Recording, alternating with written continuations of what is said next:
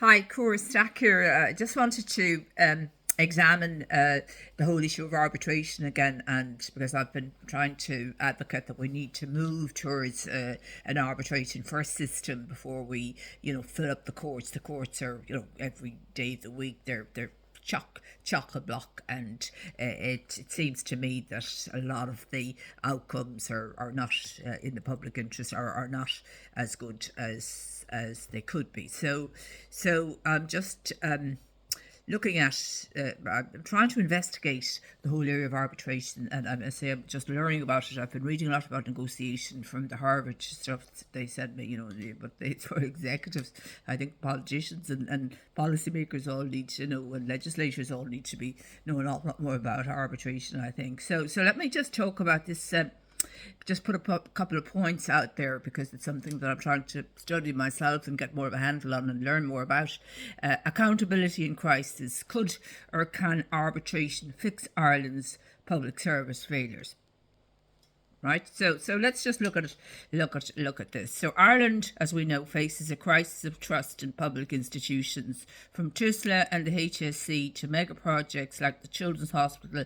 Failures pile up, cost spirals, and citizens are left without clear remedies. The question is, how do we resolve disputes fairly, quickly, and transparently in the public interest? This is a question I've been asking myself for a long time.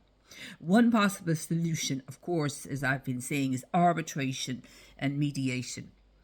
The problem: oversight bodies often defend institutions, not individuals, as we see. Complaints get lost in bureaucracy, legal action is costly, slow, and out of reach, as we know, for most citizens. Citizens have little faith that their grievances would ever be heard, let alone resolved. This is where arbitration could fill a gap. Arbitration explained. So we can define arbitration as an independent, binding dispute resolution mechanism, and highlighted how it differs from court. It's faster, cheaper, less adversarial, but still robust. I mean, I think, again, we need to have more education, research, and expertise in negotiation and arbitration. And mediation is a related tool, voluntary problem solving, and it's non-adversarial. So where arbitration could help Ireland, just throwing a few ideas out there. TUSLA: families and children could have disputes mediated by independent panels rather than adversarial court battles. HSE: patients could access independent arbitration for complaints about medical treatment delays, billing, or administrative failures.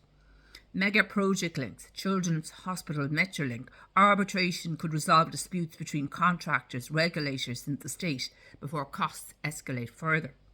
Consumer citizens' complaints: arbitration could give citizens a trusted forum for resolution when state bodies fail to act. Precedents and models: financial services and the Pensions Ombudsman Ireland already offers binding determinations, a form of quasi-arbitration. Again, the sense is that they're poorly resourced and they can only do this in a very limited number of cases, but there's some bit of arbitration there. European consumer arbitration schemes under EU law. Alternative dispute resolution, ADR, is encouraged for consumer disputes. UK NHS Ombudsman and NHS Resolution combines complaints handling with mediation and arbitration in medical negligence cases, reducing court load. Commercial arbitration: this is used widely in Ireland for business disputes, showing it can be embedded in law effectively. So effectiveness: arbitration can reduce legal costs, deliver quicker results, empower citizens, restore trust.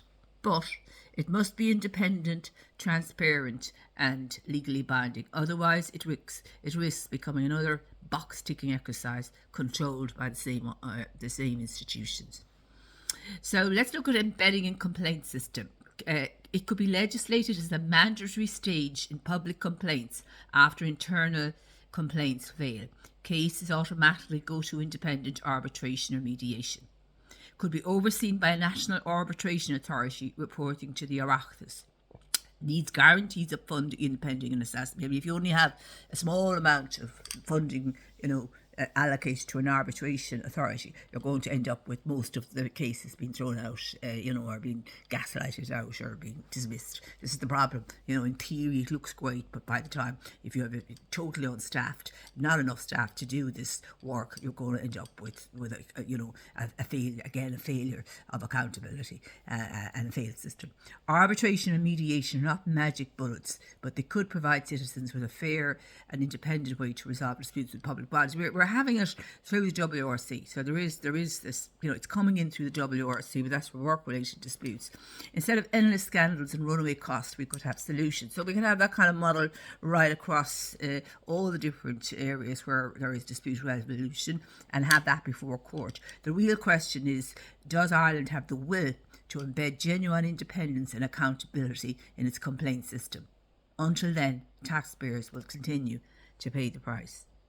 So, they're some of the issues about arbitration that I'd like to focus on, and it's just it's kind of shifting from exposing failures to proposing solutions, showing international precedents and how arbitration is already partially embedded in some Irish legal systems. But again, in these systems, I think the WRC is pretty well resourced, but the other ombudsmen, I think, are poorly resourced. Keep the focus on independence, transparency and the public interest. Now, so that's just that video. So that's just making a point that we need to have arbitration first. But I really need to do a lot more research on the whole area of arbitration, where I feel confident that I it's something I have a strong. I've written a few papers on this, but I'd like to know a lot more about it.